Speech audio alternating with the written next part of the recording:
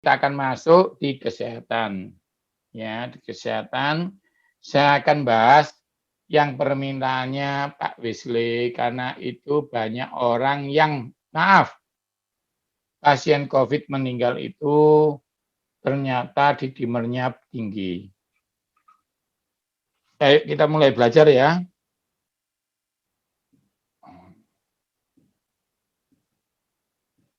Nah, ini Pak Wesley sempat tanya di Dimer.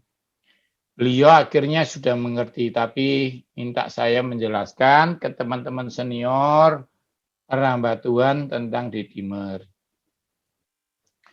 Didimer merupakan fragmen protein yang membantu proses pembekuan darah.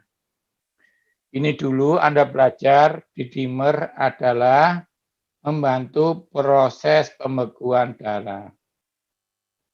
Kenapa Tuhan menciptakan pembekuan darah? Cara ngitungnya pakai didimer.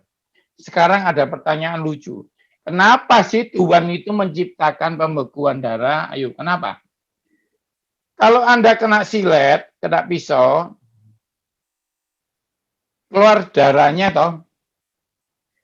Tapi lama ditekan sebentar, darahnya nutup kan, kering kan. Nah, supaya Anda enggak kehabisan darah. Tujuan awalnya itu. Tetapi karena Anda pernah salah makan, maka pembekuan darahnya meningkat. Nah, apa yang terjadi kalau darah itu pembekuannya meningkat? Jadi didimer itu harus 500. Saya enggak ngerti waktu itu Pak Wesley berapa ya pembekuannya? Pak Wesley, ya, kalau bisa kasih saya data supaya teman-teman senior ini paham. Tidak boleh lebih dari 50. Oh, enggak. Batas maksimal kan 500. 500 Maksudnya ya boleh. Ya. Pak Wesley waktu itu berapa? 280. Ituan.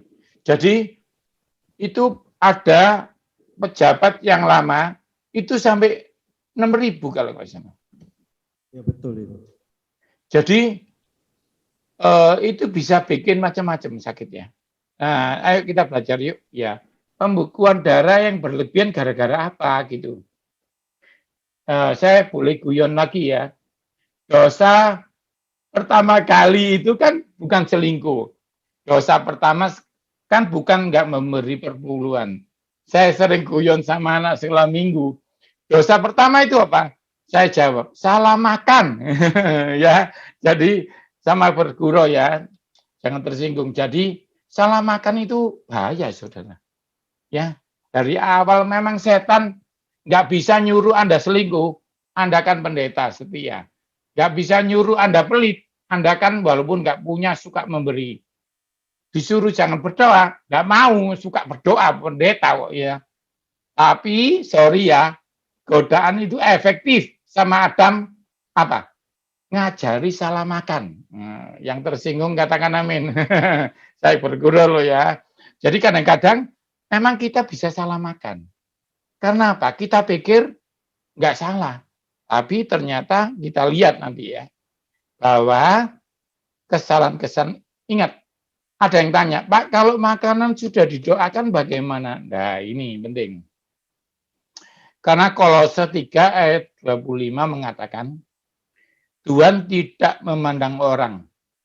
Apa yang diperbuatnya akan diperhitungkan. Jadi ada konsekuensi, jangan salah makan. Nah, kenapa Pak Wesley mengundang saya untuk memberi pengetahuan ini supaya Anda diperlengkapi secara hikmat. Ya, secara hikmat. Ya, memang mungkin nggak sempurna, tapi paling nggak tiap episode saya akan mengajarkan bagaimana cara makan secara kesehatan. Kita masuk ya, langsung masuk aja, serius ini. Nah, ini. Anda lihat darah Anda. Ya, maaf ya yang para senior, mungkin saya agak kecepatan karena waktunya mengejar. Darah ini Anda lihat ya, satu tetes darah ini Isinya apa Pak Yohanes? Ayo kita belajar yuk. Isinya ini. Jadi separuh itu plasma. Apakah itu? Nanti saya jelaskan. Isinya apa? Protein. Isinya apa? Vitamin. Itu di bagian plasma, ya. Lalu ada 45%-nya darah merah. Yang disobek tanganmu keluar itu kelihatan merah. Padahal nggak cuma darah merah. Di dalam ada darah putih. Kalau Anda vaksin itu membantu teman-teman sel darah putih untuk bisa membunuh penyakit. Jadi sel darah putih ini hebatnya diciptakan 1.300. Saya ulangi, sel darah putih itu yang ngasih nama siapa? Kedokteran. Tetapi yang menciptakan siapa? Tuhan Yesus. Yang menghitung siapa? Dokter. 1.300 per detik. 1.300. 1.300. 1.300. 1.300 per detik. Yang ngitung siapa? Kita. Yang nyiptakan siapa? Yesus. Tepuk tangan dong buat Yesus. Jadi kita itu cuma ngitung. Jadi kalau sel darah putihmu ada masalah, boleh tanya kami. Tapi minta Yesus darah baru. Yang setuju katakan amin. Ya ini walaupun sederhana, tapi paling enggak menguatkan Anda sekarang. Jadi kalau dokter ngomong darahmu bermasalah, waspada. Tetapi jangan takut. Kamu punya Yesus. Kamu punya Yesus pencipta langit dan bumi. Haleluya. Ya, semoga firman ini menguatkan saudara ya. Nah, sel darah putih itu apa Pak Yohanes? Untuk bunuh penyakit. Saya ulang ya. Saya ingin bikin Anda kaget bahwa Yesus itu dahsyat. Khotbah ini tidak membuat saya kelihatan pintar, tapi saya ingin membuat Anda ingat bahwa Yesusmu dahsyat. Sel darah putih untuk bunuh penyakit. Diciptakan per detik. 1.300. 1.300. 1.300. 1.300. Maksudnya apa Pak Yohanes? Maksudnya untuk bunuh penyakit diciptakan per detik. Maksudnya apa Pak Yohanes? Maksudnya Tuhan Yesusmu mau ngomong malam ini. Tiap detik mau ngomong gini. Jangan sakit. Jangan sakit. Jangan sakit. Jangan sakit. Loh kok nggak ada yang tepuk tangan buat Yesus? Anda nggak kaget? Sel darah putih itu bunuh penyakit itu per detik.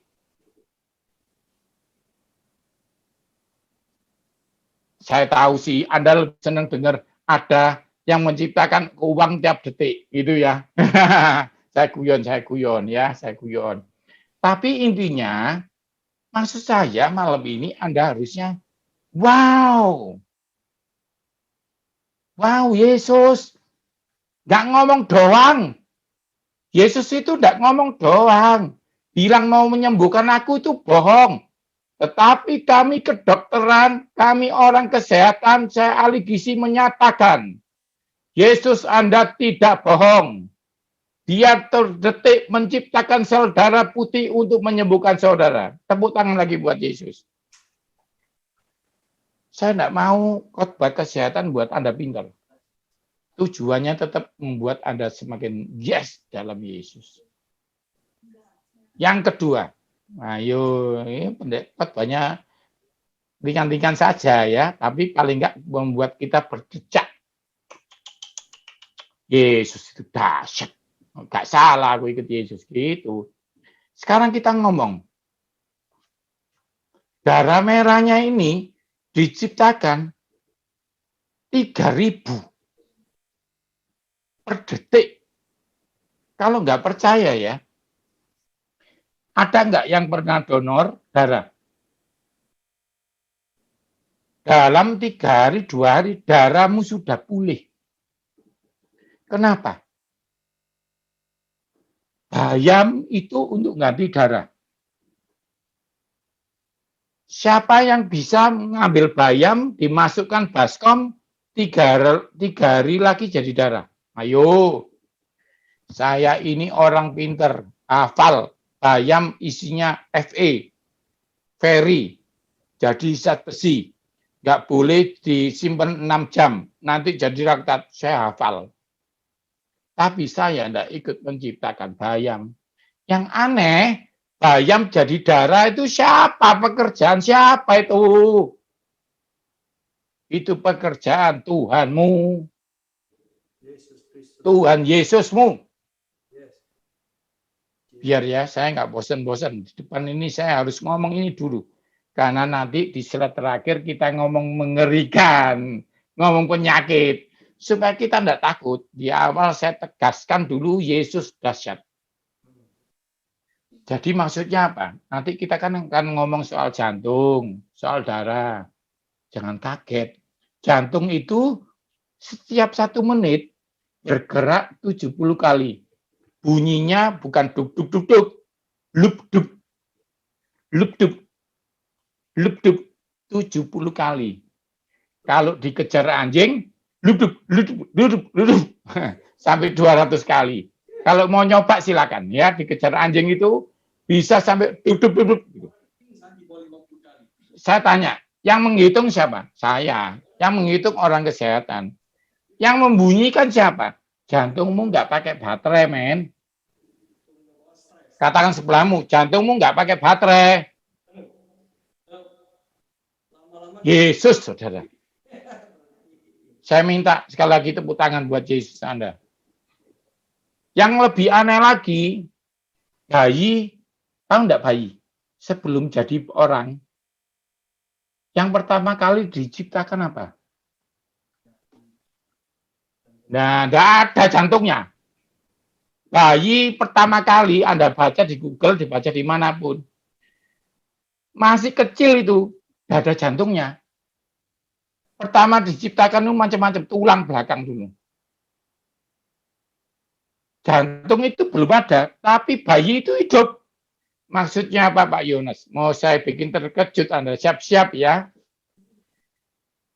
Anda walaupun tidak punya jantung, orok bayi itu kecil itu, masih embrio kecil itu, satu titik itu, tidak ada jantungnya. Dia bisa hidup karena oleh kemurahan Tuhan. Jadi kalau saudara sekarang sakit jantung, dengarkan saya. Minta maaf Tuhan pernah salah makan. Tapi Tuhan itu spesialis merubah kekacauan dalam hidupmu jadi kebaikan. Yang percaya taruh tanganmu di dada kiri, katakan sama saya. Dalam nama Yesus, jantungku baru. Kalau dokter ngomong jantungmu masalah, tidak apa-apa. Memang kamu salah. Tapi sorry ya, kita punya Yesus. Dia pencipta langit dan bumi. Para dokter tahu ketika embrio bayi itu belum ada jantungnya. Tapi dia hidup berkembang. Karena perkembanganmu, Tuhan masih berdaulat. Saya ngomong ini untuk apa sih, saudara? Saya ini sore ini agak lemah loh, saudara. Jadi saya agak drop kesehatannya. Tapi saya jadi semangat. Kalau cerita Yesus itu memulihkan semangat. Amin. Saya harapkan saudara konsentrasi, ini lebih sulit lagi. Ayo ya. Darahmu itu kamu pikirkan merah gitu ya. Oh darah, bukan darah bentuknya gini. Kayak kepingan uang 100. Di dalam selang, ini ya. Kalau Anda punya tangan Anda lihat. Di atasnya ini kan ada kabel warnanya biru ya. Ada kabel-kabel gitu pembuluh darah. Itu kayak selang. Isinya apa? Isinya ini. Ya, macam-macam isinya ya. Nanti saya jelaskan. Oke, saya agak cepat aja. Wah, ini banyak ini. Ini ngomong soal, ya enggak apa-apa. Oke, saya mau ngomong dulu. Kolesterol dulu ya. Sorry, ini agak loncat. Kolesterol itu ada 4.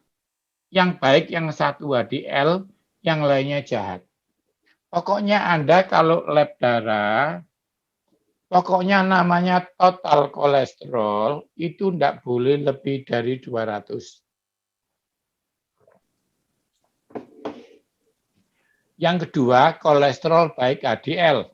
Ingat ya, namanya panjang, high density lipoprotein, tapi Anda singkat aja HDL, itu nggak boleh kurang dari 40. Kalau yang bikin sakit-sakit itu LDL, itu nggak boleh lebih dari 100. Yang bikin leher kenceng, leher sakit, tangan kram, kaki tidak bisa gerak, itu trigliserid. Penyebabnya apa, Pak? Banyak. Kalau trigliserid gara-gara donat. Apakah makan donat tidak boleh? Boleh. Kata Yesus, secukupnya. Ayo katakan sebelahmu, secukupnya. Jadi satu ya, jangan satu dos. Satu, ya donat satu aja.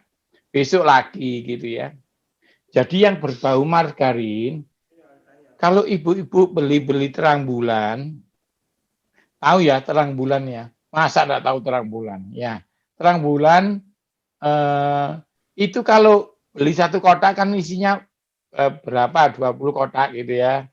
Ya saya kalau makan ya kepingin gitu ya. Ya ambil satu gitu ya, 2 kotak gitu ya. Ya, itu pun besoknya lari pagi ya. Pak, kalau saya makan satu dus, Pak. Ya, besoknya Anda Surabaya Jakarta jalan kaki aja ya. Ya. Kalau bisa dibatasi yang berbau margarin, cake, sama pokoknya roti-rotian itu bikin trigliserid naik. Jadi boleh tapi jangan banyak. Ya, ingat ya. Nah, ayo kita bahas berikut ini. Saya maaf izin karena istri saya mendadak memaksa saya mengingatkan vitamin saya harus minum. Saya minum dulu ya. Ya, istri itu istri saya sama saya pinter saya. Tapi kalau soal rutin saya kalah ya. Jadi istri saya itu setia walaupun khotbah walaupun apa ingat minum. Ini sediakan air minum buahnya. Enggak mau suaminya pelayanan tapi sakit ya. Jadi dia mau kita melayani sehat. Oke, kita lanjutkan ya. Ayo kita masuk lagi. Nah, Anda lihat nih. Sejak Pak Wesley minta darah ini saya bikin gambar ini ya. Bikin materi ini 1,5 bulan loh, saudara. Nggak main-main ya. Saudara perhatikan baik-baik. Jadi jantung itu, Anda lihat ya, ini jantung asli. Jantungnya manusia itu seperti itu. Bergerak ludup. Nggak pakai baterai. Ya, ingat itu. Kalau saudara merasa sepi, nggak ada Tuhan menolong, ingat-ingat, Anda masih bernafas tak? Kan kemarin ada orang ngomong gini, Papa, soro nih Papa, hidup ini kok soro Papa. Tak pegang tangan nih, masih denyut nadi, ludup. Oh, masih ada Tuhan bro. Dan tidak ada Tuhan kamu tidak bisa ngomel kamu, wafat. Jadi sama guyon, sama belajar ya, biar nggak tegang ya. Karena yang Anda pelajari ini semester 7, banyak yang nggak lulus ya. Karena itu saya berusaha guyon, butuh Roh Kudus supaya Anda bisa ngikuti dengan gampang. Kita kalau kuliah dulu nggak ada gambarnya gini. Ini Pak Wesley minta 2 bulan yang lalu saya langsung bikin nih. Oke, Anda lihat, jantung itu nggak sendirian. Jantung itu punya pipa. Pipa itu apa? Pembuluh darah. Jadi kita malam ini mau bahas 3. Jantung, pompanya, pipanya pembuluh darah, darahnya adalah airnya. Gitu ya. Kalau kita punya tandon air, yang bermasalah cuma 3. Kalau istri Anda bilang, Pak, airnya kok nggak keluar, Pak, mampet, Pak.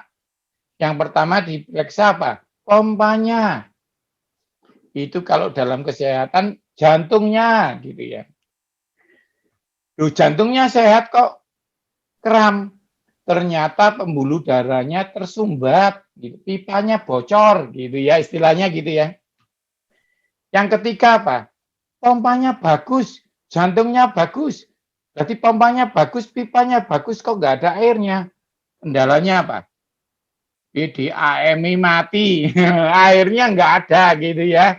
Jadi dalam kesehatan itu cuma 3 masalahnya. Jantung, pembuluh darah, atau darahnya. Itu ya, saya ulang lagi. Jantungnya, pembuluh darah, atau darahnya. Ya, pertama Anda disuruh cek darah. Ya, oke. Oke, sekarang kita makan bahas. Saya sebelum bahas darah, saya akan bahas pipanya. Ayo kita lihat ya, enggak apa-apa ya, jangan bosan ya.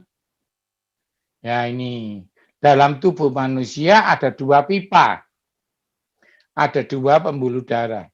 Warnanya merah dan biru. Yang di atas tangan telapak Anda apa warnanya? Di atas punggung telapak ini, tangan Anda lihat, biru kan? Ya, agak hijau, agak biru ya. Enggak Pak, pembuluh darah saya warnanya ungu. Nah, berarti Anda bukan manusia. Ya, Anda lihat ya biru ya. Ya, itu terutama kalau yang kurus kelihatan ya, pipanya warnanya biru, pembuluh darahnya. Ayo kita lihat yuk. Tuhan menciptakan pembuluh darah ada 2. Anda bernafas gitu ya, dibawa paru-paru, dari paru-paru ke jantung ke tangan, pakai yang merah. Kalau yang biru kembalinya. Saya ulangi lagi. Yang merah menuju ke tangan kaki, yang biru kembali ke jantung. Ayo kita umpamakan yuk. Kalau saya dari Galaxy Mall ke Tunjungan Plaza lewat Jalan Kertajaya, berangkatnya. Pulangnya lewat Dharma Husada. Ada kecelakaan di Kertajaya, berarti saat menuju ke Tunjungan Plaza, saya terlambat. Saya umpamakan dari jantung ke kepala, tersumbat, stroke, gitu ya. Ada pembuluh darah yang dari kepala kembali ke jantung. Itu yang akan kita bahas malam ini. Rata-rata pasien COVID meninggal ada jalan darah dari kaki menuju paru-paru yang tersumbat. Ayo kita belajar lagi ya. Ini masih membingungkan, tapi jangan bosan ya. Saya berusaha pakai bahasa gampang ya. Kalau bahasa aslinya enggak gitu ya. Bahasa kimianya itu kalau kalium menuju B7, mitra foli, wah, pusing kayak bahasa roh ya. Saya pakai bahasa gampang aja. Nah, saudara, intinya jalannya enggak boleh tersumbat. Pembuluh darahmu ini enggak boleh tersumbat sama mentega. Kalau Anda sering pakai mentega, nyumbat dia. Karena itu kalau makan margarin jangan banyak-banyak. Kalau makan cake, donat jangan banyak-banyak. Karena menyumbat. Saudara, sorry ya saya mau ngomong ya. Margarin di supermarket mencair enggak? Enggak toh? Bayangkan Surabaya suhunya berapa? 40, 39. Panas hari ini. Kan enggak ada margarin mencair toh? Tubuhmu berapa suhunya? Cuma 36. Kalau kamu makan di dalam beku menyumbat. Ngerti ya? Karena itu hindarin anak-anak goreng pakai margarin. Oke, saya lanjutkan. Agak cepat aja ya. Ini enggak usah deh. Ini maksudnya saya ngajari yang merah ke kaki, kembali biru. Gini terus ya. Nah, ayo kita belajar ini yuk. Anda lihat ya, darah Anda itu bentuknya kayak uang 100. Harus sendirian, enggak boleh koncoan gini, gumpul gini. Ini namanya darah kental. Saya ulang lagi. Anda lihat ya sebelah kanan ya. Darah ini bentuknya cuma sekeping ini. 1 detik diciptakan 3 juta keping. Saya ulang lagi. Darahmu itu kayak uang 100 ini loh. Keping yang atas. 1 detik Tuhan menciptakan 3 juta. Nah kalau janjian kumpul-kumpul teman nih, nyumbat Anda bisa stroke atau sakit jantung. Jadi tidak boleh ngumpel. Namanya darah kental. Darah harus satu-satu. Nah dia harus jalan seperti ini. Sekali ada tabrakan nyumbat kayak jalan tol ke Sumbat. Kalau jalan tol ke Sumbat, Anda paling ngomong marah-marah. Kalau jalan darah ke Sumbat di kepala, stroke. Kalau ke Sumbat di tangan, kram. Kalau ke Sumbat di ginjal, sakit ginjal. Bayangkan saudara, darah jalan. Selama saya khotbah dari tadi, udah berapa detik? Ayo, saya kasih hadiah ya. Saya punya buku seri terbaru. Saya kasih pendeta yang bisa menghitung. Dari tadi kita khotbah sampai ini, 1 jam ini, sudah berapa detik darah dihasilkan. Ayo hitung kan. Nanti kan dengar khotbah kamu ngitung terus. 1 detik 3 juta. Kita sudah khotbah 45 menit. Ayo hitungan, ayo hitungan. Gak ada yang dengar khotbah, masih pegang kalkulator semua. Anak hitung nona, hitung nona. Saya guyon ya, supaya tidak tegang. Gak usah ngitung. Ngomong aja sama saya, yuk. Terima kasih Yesus, gitu aja. Kamu ngitung sampai akhir zaman tidak ketemu. Bersyukur saja. Saya pingin ya, sewaktu saya khotbah, Anda percaya, jantungmu disembuhkan Tuhan. Waktu saya menyampaikan firman ini, dari tadi saya tidak pernah mengucapkan kepandaian. Saya menceritakan kehebatan Yesus. Karena saya tahu, papi saya ngomong, kalau Yesus ditinggikan, ada keajaiban. Dari tadi saya ngomong darah, ngomong Yesus pencipta. Supaya waktu saya khotbah, ini aja kalau Anda terima ya, saya sering dengar, kayak gini ini saya dengar. Tuhan ngomong ini, ada yang sakit lutut, sekarang Tuhan sembuhkan. Ada yang sakit mah juga disembuhkan Tuhan. Anda amini aja yang sakit mah. Ada 3 orang sakit mah kronis, disembuhkan Yesus malam ini. Tuhan juga ngomong malam ini yang sakit jantung, jantungmu baru dalam nama Yesus. Saudara boleh nggak percaya, tapi yang percaya akan, kayak tadi lagunya Pak Wesley, saat Anda percaya, kuasa Tuhan bekerja. Tepuk tangan buat Tuhan. Saya kepingin malam ini saudara, kita tidak cuma pintar. Banyak orang pintar meninggal sekarang. Tapi kita orang percaya. Ayo ya, sekali lagi ya, saya ulangi lagi.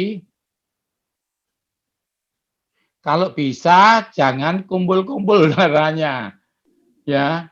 Saya guyon. Darahnya ini harus ikut PPKM, jaga jarak ya, enggak boleh kumpul ya. Oke. Nah, ini loh. Darah kalau kumpul gini loh. Nyumbet gitu loh. Ayo. Kalau Anda masuk lorong satu-satu gandengan tangan. Ada cerita lucu, saya pernah ke Salatiga, diajak teman saya ke gua. Jalannya sempit gitu, satu-satu orang. Ada orang pacaran, nggak mau lepas gandengan. Akhirnya dua-duanya nyumbet, nggak bisa jalan. Ya seperti itu, darah itu. Darah harus satu-satu. Sekali darah gandengan, nyumbet, namanya darah kental.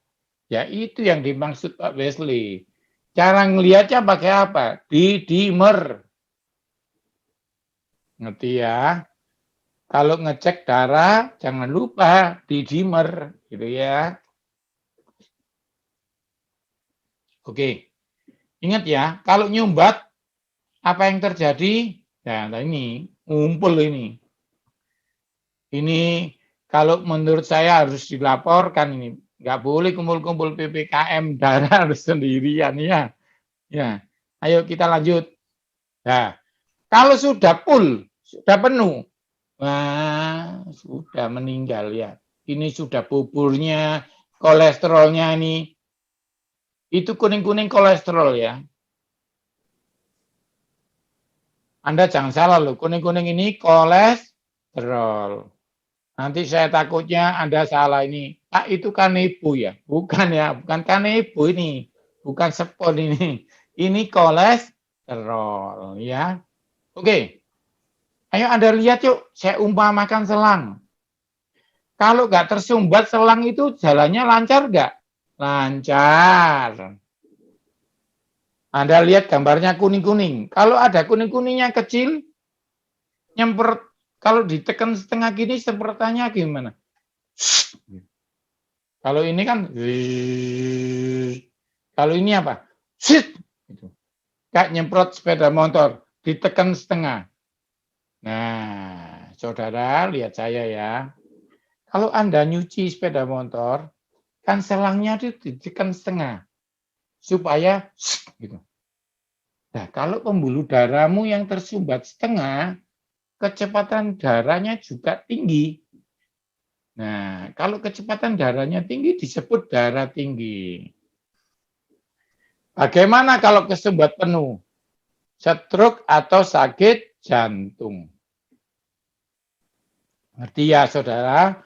Karena itu penting pembuluh darah tidak boleh kesumbat. Sebelah kiri Anda lihat, sebelah kiri. Itu yang tidak tersumbat lancar. Lalu yang di tengah tersumbat setengah, yang sebelah kanan tersumbat penuh. Oke. Sekarang kita lanjutkan. Ini tidak usah ya. Ini cuma jelaskan kalau kesumbat di kepala sakit stroke, kalau kesumbat di jantung sakit jantung. Ini lanjut.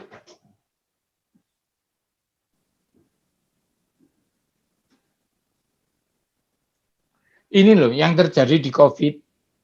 Kakinya tersumbat. Akhirnya apa? Anda lihat ya. Tidak bisa gerak. Nah, kalau sampai ke paru-paru, Anda lihat nih gambarnya.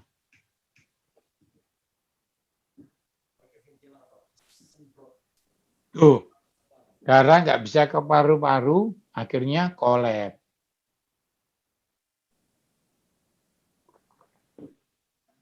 Kesumbat kuning-kuning ini loh. Apa kuning-kuning ini? Kolesterol.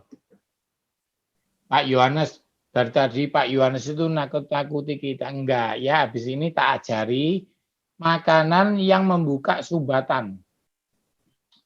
Oh ya, Pak Wesley, kalau boleh saya praktekkan, nggak tahu ya, mereka punya bawang putih. Soalnya habis tadi. Nggak ada satu aja. Nggak ada. Sorry ya, saudara saya lagi ngomong sama istri saya. Kalau ada, nggak ada. Oh, nggak ada. Habis. Saya mau praktekkan ke saudara cara minum bawang putih, iya. Tapi karena bawang putihnya habis, ya gini aja. Intinya dipotong-potong, ya dipotong-potong kecil, ditaruh di lidah, terus diminum, kayak minum obat. Satu siung dipotong 4 atau 5 kali aja, itu bisa buka sumbatan. Ya, itu aja. Kalau Anda punya TikTok, ketik Yohanes Sunardi itu saya jelaskan. Ada mah? Ada. Oh ya ini ada nih. Masih ada. Akhirnya saya harus ngobrak-ngabrik istri saya yang buka bumbu pasar. Ini ya, nanti ini lagi dipotong istri saya, nanti saya praktekkan. Gak apa-apa ya Pak Wesley ya, Oh, tidak apa-apa, saya Pak. praktek. Syukur. Nah, supaya jemaat-jemaat ini Ya, sama senior-senior ini tahu obatnya murah, ya, bawang putih. Ya, kalau nanti Anda baca di itu Alkitab, orang Mesir itu tidak suka makan bawang putih. Orang Israel itu gini, kami teringat akan bawang putih, bawang merah, semangka. Oh, semangka itu kalium obatnya darah tinggi. Bawang putih obatnya kolesterol. Bawang merah obatnya diabetes. Jadi orang Israel itu sewehat gara-gara suka makan makanan itu. Nah, udah mah. Udah, jangan besar-besar. Oh, ini ya. Ini bawang putihnya ya. Kelihatan ya, bawang putih satu siung. Ya.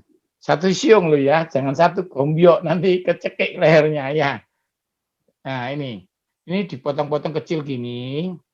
Dipotong 4 kalau saya. Tuh, Pak Yohanes, kalau dipotong 2 bisa? Bisa. Dipotong 11 bisa. Terserah. Lebarnya tenggorokan berapa ya. Saya sih 4. Saya guyon ya.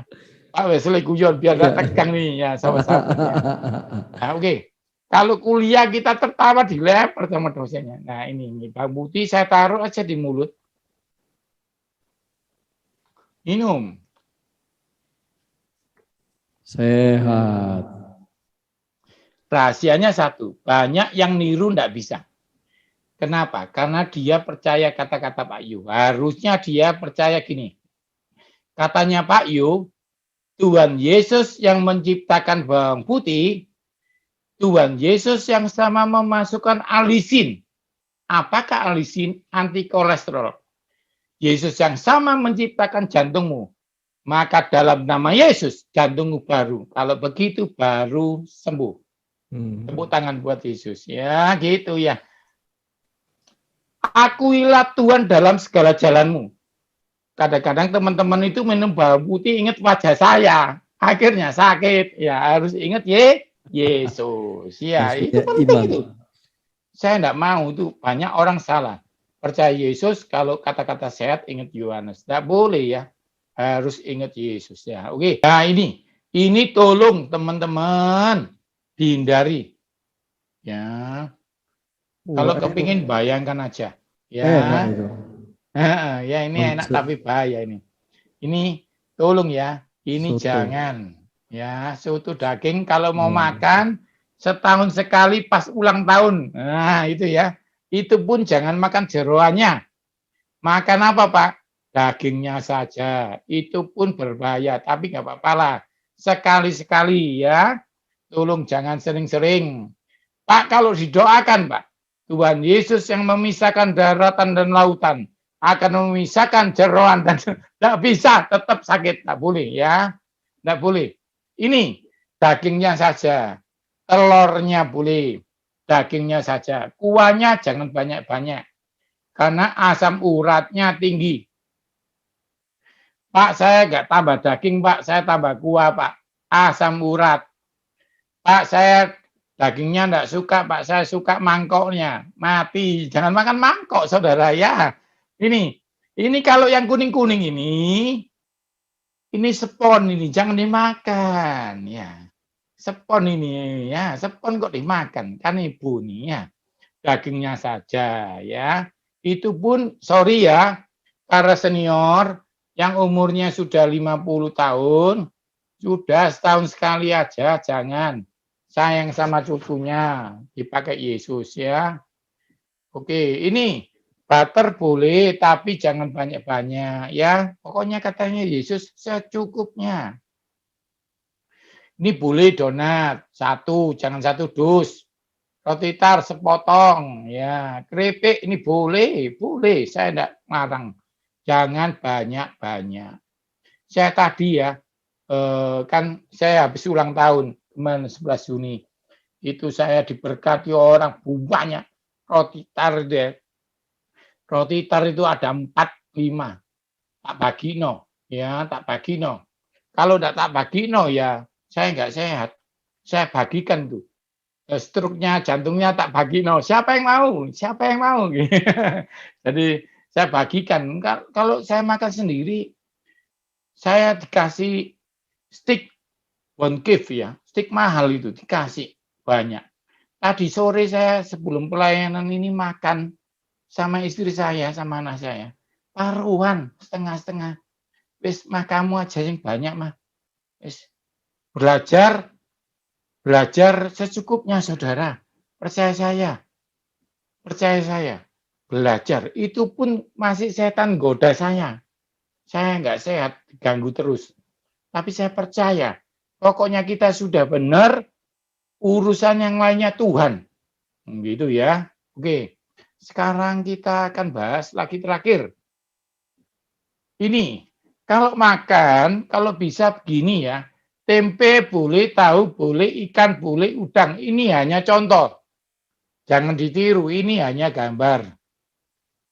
Ya, tadi siang saya makan sawi sama tahu. Malam saya dikasih orang steak, makan steak. Tapi saya siang tadi makan tahu sama sawi. Pagi saya makan apa tadi ya? Oh, telur ceplok sama nasi. Pokoknya nasi harus ketemu telur, nasi ketemu tempe. Yang bisa ngobati cuma darah sayur.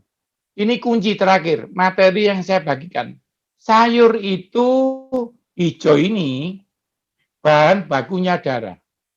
Anda lihat gambarnya ya, ini penting. Siapa yang bisa membedakan gambar kanan dan kiri, saya kasih hadiah. Karena tidak ada bedanya kecuali tulisan, magnesium dan besi. Jadi sebelah kanan Anda itu darah, sebelah kiri itu sayur. Kalau di depan mikroskop, gambarnya kayak gitu. Maksudnya apa Pak Yu? Maksudnya darah itu sama sayur sama. Saya ulangi lagi. Kalau Anda makan sayur, darahmu pasti bagus. Oke ya. Oke, terakhir obatnya. Ini obatnya. Jadi anggur itu bisa buka sumbatan 10 biji. Kalau 1 kilo Pak Yohanes, diabetes. Ya, ingat ya 10 biji saja. Ya, jangan banyak-banyak. Ikan apa Pak yang bagus? Ikan sembarang, mujair, ya pindang, bandeng. Ya. Ada penelitian bandeng kita itu lebih bagus dari salmon. Pokoknya ikan, usahakan seminggu sekali kalau bisa ya. Pindang, ikan mujair, apapun bagus. Yesus itu ngasih contoh makan ikan sama roti. Yang terakhir, contohnya bawang putihnya. Ini ya, tadi saya kasih contoh bawang putih 1. Sudah ya, jelas ya obatnya ini ya. Kolesterolmu sembuh, bawang putih. Ingat, Yesus memberkati pekerjaanmu ya. Oke, sudah. Saya rasa sudah. Terima kasih saudara. Intinya satu. Darah itu takut sayur. Kalau Anda makan sayuran hijau, darahmu baru. Jadi darah itu pasti baru. Pak, saya donor ya, biar darah kotor saya keluar. Gak usah. Darah itu umurnya berapa? Darah itu umurnya 3 bulan. Kemana dia? Bunuh diri. Lalu Tuhan menciptakan darah yang baru. Ya, ngerti ya saudara? Terima kasih. Oh iya, sebelum saya serahkan Pak Wesley, kalau berkenan saya berdoa buat Anda ya. Ya. Tuhan Yesus, terima kasih malam ini. Dengan waktu yang pendek, kami percaya Tuhan kami tinggikan. Kami percaya Tuhan yang menciptakan segalanya. Amin. Kami minta dalam nama Yesus, teman-teman senior disembuhkan Tuhan. Sakit jantung disembuhkan dalam nama Yesus. Diabetes disembuhkan. Kami percaya masih proses tapi tetap hasil akhirnya sembuh. Amin. Karena Tuhan yang memulai sesuatu yang baik. Yes. Dia yang mengakhiri sesuatu yang baik. Yes. Filipi 1 ayat 6. Dia yang memulai perbuatan baik akan mengakhirinya. Terima kasih Tuhan. Terima kasih. Teman-teman kami yang terpapar COVID. Dalam nama Yesus kasih kekuatan. Terima kasih Tuhan, Tuhan. Dalam nama Yesus. Yang percaya ada kesembuhan malam ini. Yang setuju katakan amin. Amin. Terima kasih Pak Wesley. Oke Pak Yo. Pak Yo, ini ada pertanyaan. Menurut Pak Yo, bagaimana mekanismenya virus COVID-19 dapat mengganggu pembekuan darah, Pak?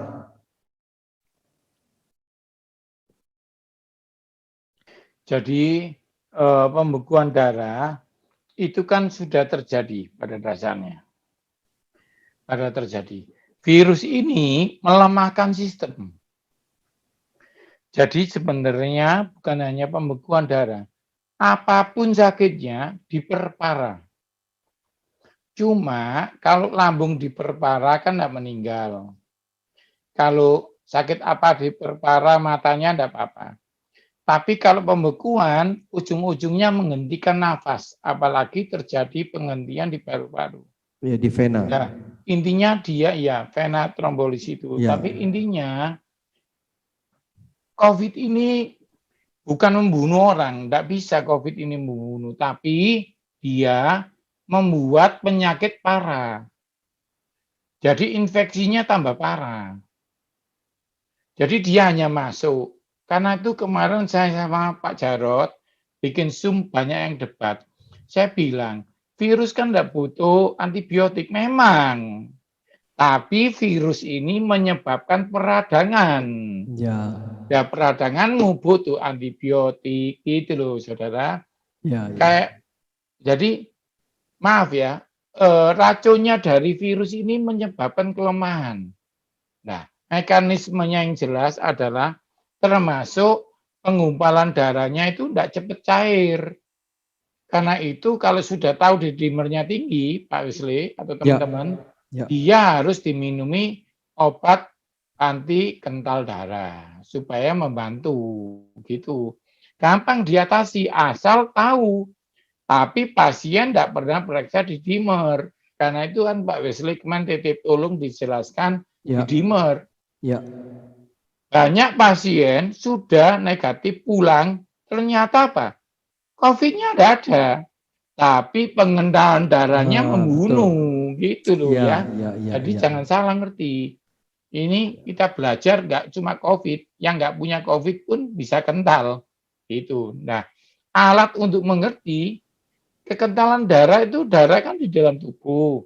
Jadi tidak boleh ngomong gini ya, perasaanku aku tidak kental, tidak boleh pakai perasaan. Ya, perasaan saya tidak diabetes. Harus pakai cek darah. Gitu ya saudara. Oke, ada yang tanya lagi?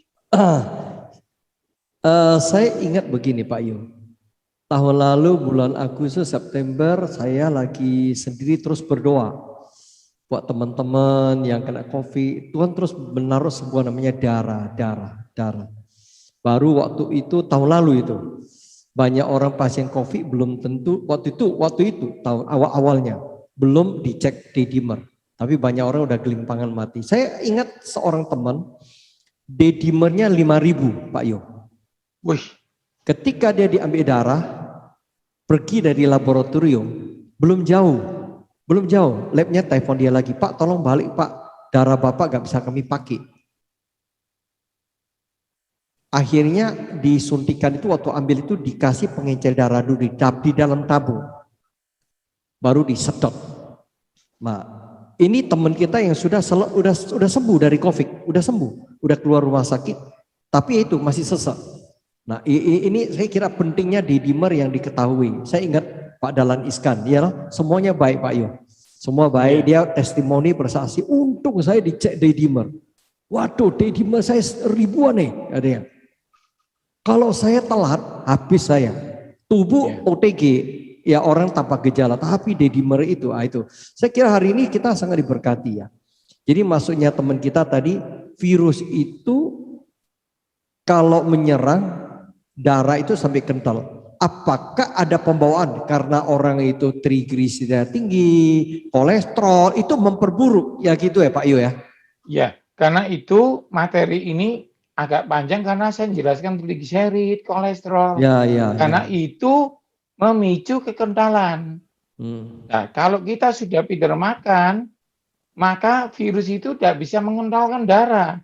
Tapi karena kita salah makan, punya bawaan habit yang sebelum COVID, itu membuat kita lemah saat COVID, gitu ya maksudnya ya. Itu sudah pasti, karena itu dari awal saya agak membosankan cerita kolesterol, trigliserid gitu ya. Pak, apa hubungannya? Yaitu dasarnya darah jadi kental. Gitu ya.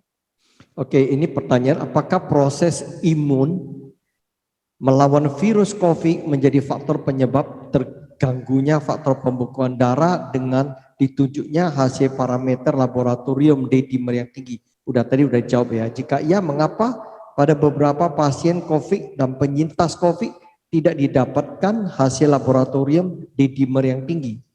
Ya saya kira hal ini belum dirusak, tapi yang lain dirusak kan. Ya saya kira perlu ditambahin Pak Yu atau cukup itu? Ya, tapi intinya satu saudara, D-dimer itu sebenarnya bukan cuma penyintas COVID, ya. Jadi orang umum harus waspada gitu.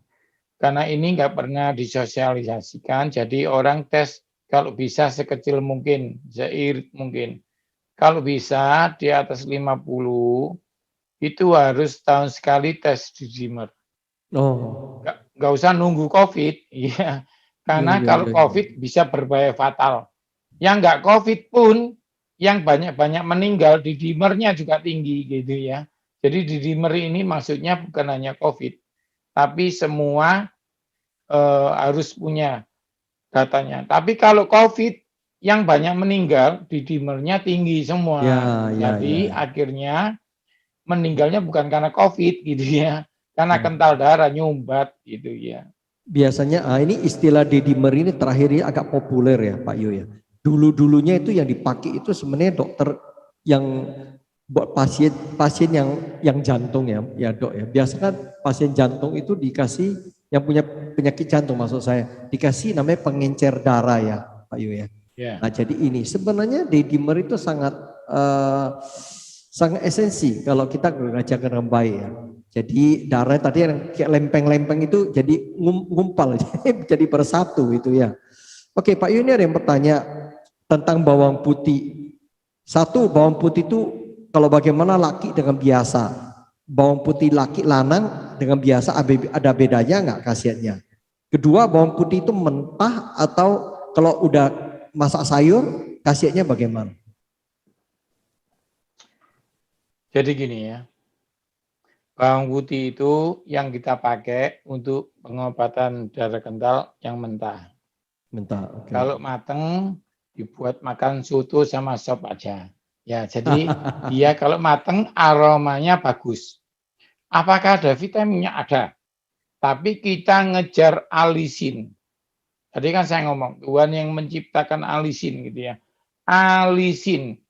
Nah, alisin itu kita ada di bawang putih laki, lanang, bawang putih biasa, semua ada. Jadi tidak perlu bawang putih lanang. Saya menengahi kayak kemarin ya, beli susu merek tertentu. Oh iya, gitu ya, sampai rebutan. Saya ngajar di TikTok, susu apapun bersihkan paru-paru. Orang asma, sakit paru-paru, minum susu karena bersih. Jadi bawang putih ini juga. Ya, bawang putih itu aslinya nggak ada, bawang putih lanang itu cuma Indonesia aja. Itu karena varietas di India yang salah. Itu biasa kan yang salah-salah supaya laku dijual gitu cara. Tapi mau nggak mau, mungkin bawang putih lanang ada keajaiban yang lain. Tapi untuk ini zat alisin ada semua. Jadi jangan ragu, dipotong-potong, diminum kayak obat minum telan. Tapi setelah makan siang atau sebelum makan siang. Kenapa? Ya. Kenapa? Ya. Karena ada beberapa orang yang sakit MA kronis. Jadi setelah makan siang, dia dilindungi. Oke. Gitu ya. Ya, pertanyaan selanjutnya itu, makan bawang putih itu perut kosong atau setelah makan? Dan bagaimana orang yang ada sakit MAH? Nah, itu kan dia perih ya. Nah, udah dijawab Pak Yo. Terus ditanya lagi, bawang putih pada umumnya sekarang dikenal sampai cukup santer, orang bilang kalau turunkan tekanan darah tinggi, makanlah namanya bawang putih lanang. Nah, oke lah, sama-sama dengan lam. Itu apakah orang yang tekanan darah rendah ada pengaruh sejauh mana makan bawang putih ini? Kalau obat itu sekali menurunkan tidak bisa menaikkan, atau obat menaikkan tidak bisa menurunkan. Tapi kalau herbal dia menurunkan, ada batasnya. Contoh, kalau kurang vitamin A, matanya buta. Kalau kebanyakan, buta.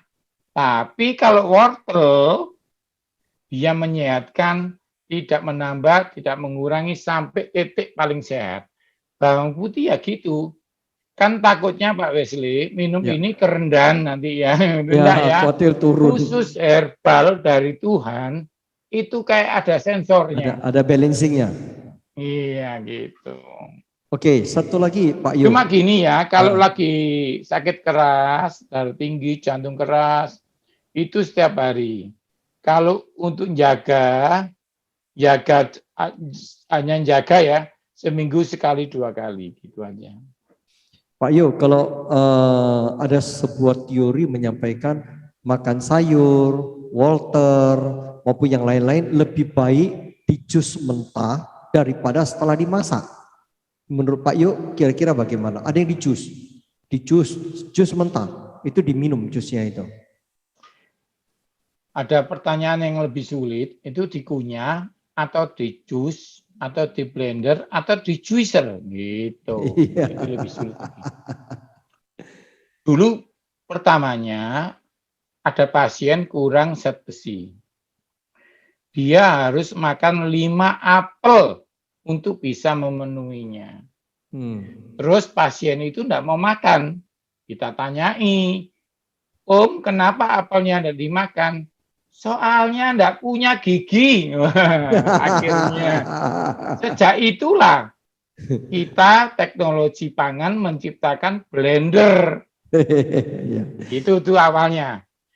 Karena blender bisa membuat orang minum jus 5 langsung. Itu yang pertama ya. Yang kedua, teori digigit sama teori di blender berbeda. Contoh, telur itu kalau digoreng jadi telur ceplok. Tapi tepung itu kalau dikocok jadi tepung bakwan. Tapi kalau 2 dicampur jadi bakpo. Jadi percampuran 2 zat menimbulkan zat baru. Kalau apel dimakan, polifenolnya buat jantung. Buncis dimakan, asam folatnya buat punggung. Tapi kalau dua-duanya di blender, apel dan buncis, diabetesmu sembuh. Ya, itu ya. Jadi Anda harus paham, percampuran 1, 2 zat berbeda. Yang salah yang mana? Yang salah yang tidak makan buah. Yang benar mau digigit, mau di blender, ada tujuannya masing-masing. Terus mateng sama mentah. Nah, ini saya jawab lengkap ya Pak Wesley supaya orang tenang. Mentah atau mateng? Gado-gado itu mentah. Sayur asam itu mateng. Yang bagus yang mana? Saya kasih contoh. Tomat ketika mentah, vitamin A-nya bagus buat mata. Tomat ketika mentah di jus atau digigit, vitamin A-nya bagus buat daya tahan tubuh. Tapi ketika digoreng, ketika dibikin tomat sambal, ketika dikukus, dia keluar zat namanya likopen. Anti kanker prostat dan anti kanker payudara. Jadi saya tanya sama Anda suka kanker atau suka buta? Kalau tidak suka dua-duanya, saya Senin makan tomat mentah, Selasa tomat digoreng. Yang mengerti katakan amin. Amin. Ini sangat berharga teman-teman sekalian. Ada lagi ini sedikit tahayul atau gimana? Apa benar Pak makan sayur bayam dengan tempe katanya tidak baik? Namanya ciong. Ada yang ngomong makan udang dan minum jeruk tidak boleh. Ya. Dulu di Makassar habis pelayanan ada yang tanya. Akhirnya saya ngomong, udang sama jeruk saya minum tidak apa-apa. Jadi kenapa ada yang makan durian dan kambing langsung meninggal? Ya soalnya ketiban buah durian jadi mati gitu ya. Jadi jangan percaya takayul saudara. Iya, iya. Tidak ada yang tidak boleh. Tapi ini yang tidak boleh secara kesehatan minum obat dengan air soda. Gitu ya, itu jelas tidak baik. Minum soda, minum obat dengan susu. Dia nggak beracun, tetapi menurunkan kinerja obat. Jadi kalau makanan dan makanan masih boleh. Apalagi bayam dan tempe itu sehat. Kenapa? Tempe untuk vegetarian adalah gantinya protein. Kalau tempe ketemu boncis, nutrisinya kayak daging empal. Itu sudah kita pelajari. Ya, Jadi ya, jangan ya. takut, jangan bingung yang makan tempe, yang makan ikan mujair.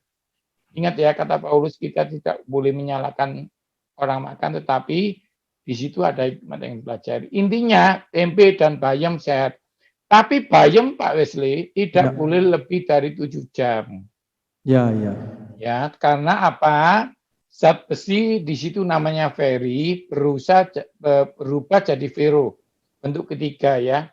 Itu akhirnya mengeluarkan laktat ya, zat nitrat membuat kalau lama-lamaan memicu beberapa kanker. Tetapi nggak usah takut. Kalau saya mau makan sayur bayam siang, saya masak pagi. Tapi kalau saya sudah punya rencana mama, aku malam habis seminar pengen gado bayam. Istri saya masaknya sore. Hanya perlu seperti itu aja ya. Oke. Ya, jadi artinya kan kalau bayam masak sup, habis sekali makan jangan dipanasi lagi. Kan gitu ya. Oke. Ada yang bertanya tentang darah. Darah kalau orang rutin donor darah, katanya itu bagus buat badan agar supaya regenerasi darahnya itu. Manfaatnya untuk sebuah donor darah dengan orang yang tidak donor darah, sehat mana gitu. Terima kasih Pak Yu. Donor darah bukan untuk membuat orang lain lebih sehat. Donor darah bukan membuat diri kita tambah sehat. Donor darah hanya murni menolong orang yang kurang darah. Tidak ada kesehatan lebih dari orang itu. Masa darah kita kotor dibersihkan dengan dikasihkan orang. Kalau memang Anda membersihkan darah dengan buang ke tanah dong. Masa darah kotor dikasihkan orang. Tapi intinya tidak ada perbedaan. Ingat, darah Anda 3 bulan hilang di hati. Dan Tuhan menciptakan darah baru. Kalau nolong orang, hukumnya kasih, murni, nggak ada untuk kesehatan. Ya, Jadi, saya ingatkan lagi ya, jangan donor karena ingin lebih sehat. Donor karena ingin nolong orang, maka Bapakmu di surga akan memberi kesehatan. Itu beda ya, Master. Saya harus menjelaskan ini, karena banyak yang salah. Oh, saya donor, darah kotor saya keluar. Masa mau kasih orang yang jelek? Bukan ya. Jadi ingat, murni, hukumnya hanya kasih. Ya, tapi kalau Anda donor, boleh, bagus. Yang nggak siap, nggak boleh. Yang penting bukan donor darah. Anda siap atau tidak. Kalau Anda nggak siap, malah jadi berbahaya. Kan ada sebuah dianggap kebenaran orang fastu itu dibuang darah kotor, ditarik dibuang darah, setelah itu katanya itu kan regenerasi dan tubuhnya akan jadi sehat gitu. Ya, jadi perbaikan gini. Jadi ada alat, saya kasih ilustrasi ya. Minum itu kan begini. Boleh nggak pakai sedotan? Boleh, sah-sah saja. Tuhan sudah membuat perubahan darah melewati hati. Boleh nggak secara medis dibuang pakai alat? Boleh. Tapi ingat, ketika tubuhmu darahnya misalnya 5 liter, kamu buang, orang perempuan saja yang mens, kehilangan darah saja karena alami, pusing kok. Apalagi Anda membuang-buang darah tanpa manajemen. Maka yang terjadi adalah kalau ginjalmu terganggu, kalau matamu terganggu, bahaya. Ya ingat ya, donor darah harus sehat. Donor darah harus berkala. Konsultasi dokter dan macam-macam. Jadi maksud saya, tidak segampang itu manajemen mengganti darah. Karena begitu darah baru tidak tercukupi, kesehatan Anda akan terganggu. Itu sah kalau saran dokter karena kasus tertentu. Amin. Ya, Pak Yu, ini kelihatannya kan pertanyaan banyak. Apa kita batasi saja untuk berapa pertanyaan lagi kita tutup? Menurut Pak Yu bagaimana? Kalau diterusin banyak Pak Yu. Aja, iya, orang kan seneng kalau kesehatan. Iya. 2 aja, nanti ingat September awal rasanya masih bisa ya. Kita ketemu lagi. Itu sama menjelaskan diabetes terbaru ya. Itu karena ada beberapa yang penting tentang diabetes. Oke, tinggal 2 pertanyaan. Satu lagi Pak, berkaitan dengan ada sebuah kebenaran yang tidak benar, ya. Apakah itu tidak benar atau benar? Katanya sekarang itu orang mati itu karena interaksi obat-obat yang masuk. Jadi keracunan obat, ada obat antibiotik, ada obat itu, obat macam-macam. Itu sebenarnya pasien itu mati karena itu. Itu juga dari sumber dari orang medis juga. Menurut Pak Yu bagaimana Pak dari segi kesehatannya? Keracunan obat itu hanya terjadi kalau Anda orang tidak pinter. Sorry ya, saya ngomong ini sorry. Kalau pendeta sampai salah nyampur firman kebacut. Kalau tidak pendeta normal. Maksudnya apa? Kalau nyampur obat itu dokter sampai meninggal, berarti dia malpraktek.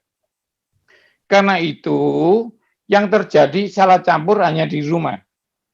Tapi orang itu ngomong dijadikan di rumah sakit. Padahal rumah sakit itu ada SOP-nya. Kalau sudah banyak interaksi dikatakan benar, ya meninggal dari dulu dong. Jadi Anda ingat, pencampuran itu dulu ada yang ngomong, "Loh kok meninggalnya di rumah sakit?" Mencurigakan. Dulu karena rumah sakit masih lowong. Sekarang rumah sakit full. Meninggal di becak, meninggal di jalan, sudah keturutan sekarang.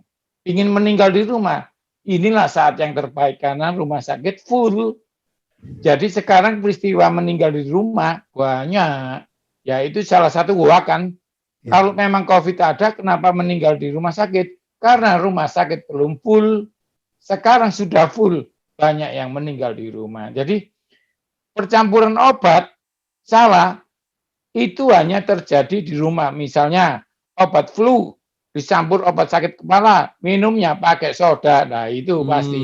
Itu cara tercepat pulang ke rumah Bapak di surga. Ya. Tapi kalau di rumah sakit sudah ada SOP-nya.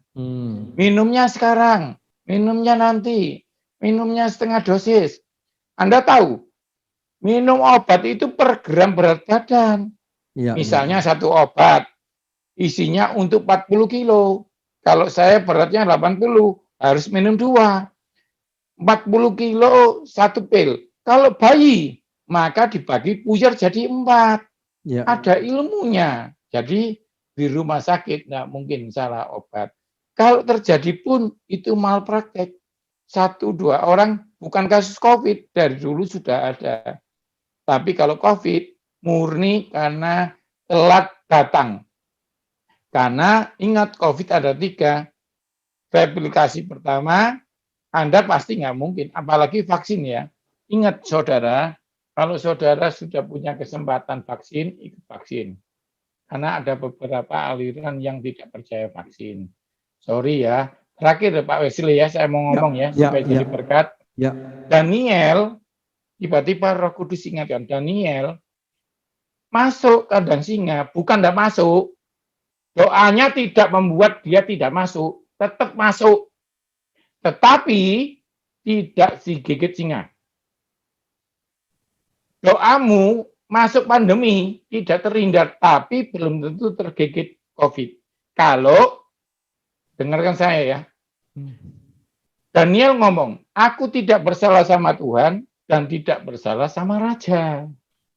Syarat tidak tergigit singa.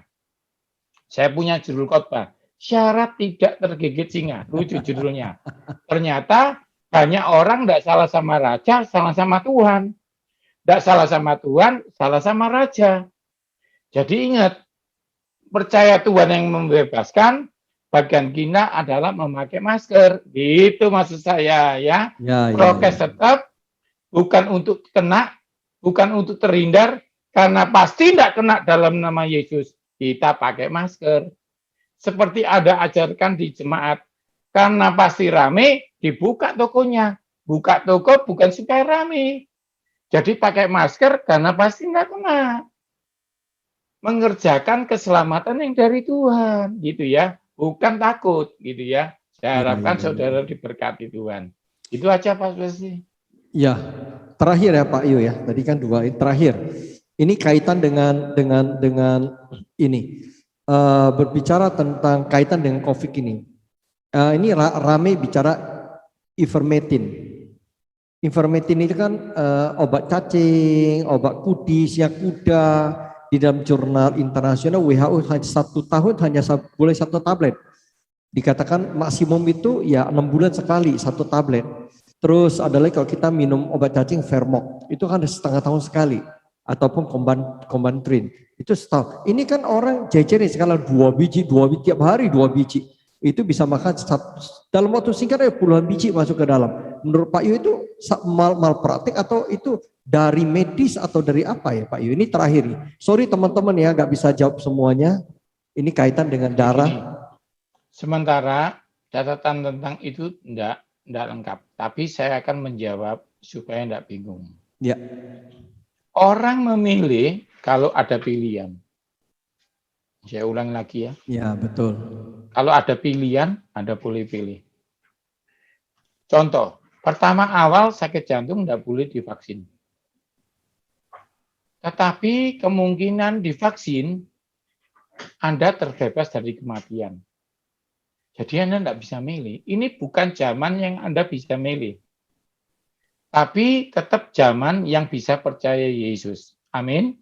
Amin. Jadi gini saudara, di antara pilihan yang membingungkan, masih ada campur tangan Yesus. Itu yang pertama, supaya Anda tidak sok saguan. Anda takut mati, tapi masih milih. Maksud saya gini ya, di antara percaya ini, kalau memang Yesus berkuasa, kenapa kamu takut mati? Tapi kenapa kamu percaya Yesus, kenapa berobat? Kita berobat karena percaya Yesus menyembuhkan lewat obat. Oke, kita percaya sesuatu yang jahat dirubah jadi kebaikan. Amin. Amin. Kenapa sekarang saudara percaya sesuatu yang salah obat itu bisa dirubah dari Tuhan jadi kebaikan? Jadi ingat, tarik kuasa Tuhan di dalam setiap bidang. Sorry saya harus ngomong ini ya. Anda nggak bisa milih sekarang ini. Kenyataannya ada yang diobati sembuh dengan itu. Masalah yang diomongkan Pak Wesley, itu kan setahun cuma 2 kali. Karena wabahnya setahun 2 kali. Mungkin kalau tahun depan wabahnya cacing itu setiap minggu, Anda harus minum obat setiap minggu. Jadi jangan bingung. Dosis itu ada perkiraan. Karena itu yang minum pun tidak meninggal. Cuma bagi saya gini ya, Anda kan tidak di bidang ini. Seperti jemaat datang ke gereja Anda, kan nggak ngerti Alkitab.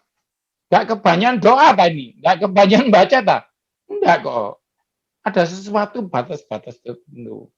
Nah, medis kalau nyuruh minum obat, karena kondisi Anda tidak ada pilihan. Sulit jadi dokter, sulit jadi nakes, sulit jadi ahli gizi kayak saya. Tetapi orientasi pertama menyelamatkan. Bukan coba-coba, tetap ada jurnalnya, walaupun nggak pas, dan terbukti ada yang sembuh, diteruskan. Anda kalau nggak dipegang marah, kalau nggak diobati marah. Jadi bagi nakes, nomor satu, sembuh. Yang ngeri ya, kemana ada nakes yang ngobati orang lain sembuh, bapaknya nggak sembuh. Oh, itu kasihan. Jadi bagi Anda sekarang, hanya percaya kepada pemerintah, percaya Yesus yang menyelamatkan Anda. Itu aja deh. Karena ini masih rame ya. Tapi kita sebagai orang Kristen harus jelas ini. Nggak ada pilihan. Pilihanmu cuma percaya sama Yesus. Dan melakukan nggak salah sama pemerintah. Oke, teman-teman sekalian, mohon maaf sebelumnya banyak pertanyaan belum bisa dijawab karena masalah waktu juga. Hari ini sebenarnya kita sangat diberkati oleh hambanya, saya katakan ini hamba, ya Pak Yu ini hambanya Tuhan, untuk membagi berkat. Pak Yu ini biasanya tidak mudah untuk interaksi tanya jawab begitu panjang ya, setahu kami ya. Jadi ini puji Tuhan, saudara, saya percaya hari ini sangat diberkati. Ya, amin. Kita akan kembali lagi mungkin bulan depan atau 2 bulan ini, saya belum tahu. Kita akan bicara diabetes ya Pak Yu ya. Iya. Diabetes ya. Diabetes tapi di tengah pandemi gitu ya. Oke, baik. Berhubungan dengan ini ya. Jadi, Karena gini Pastor Wesley, ternyata kematian Anda ini kan konsentrasi sama COVID. Meninggal pasien karena penyakit lain masih berjalan, bukan berhenti gitu ya. Betul. Jantung itu masih tinggi. Ya. Dan banyak pasien COVID itu meninggal karena jantungnya, karena kolesterolnya, bukan karena COVID-nya. Iya. Nah, gula itu induk dari semua penyakit. Karena diabetes harus dibahas. Nah, bagaimana kalau kita terlanjur kena dan bagaimana tipsnya itu harus dibahas ya. Iya.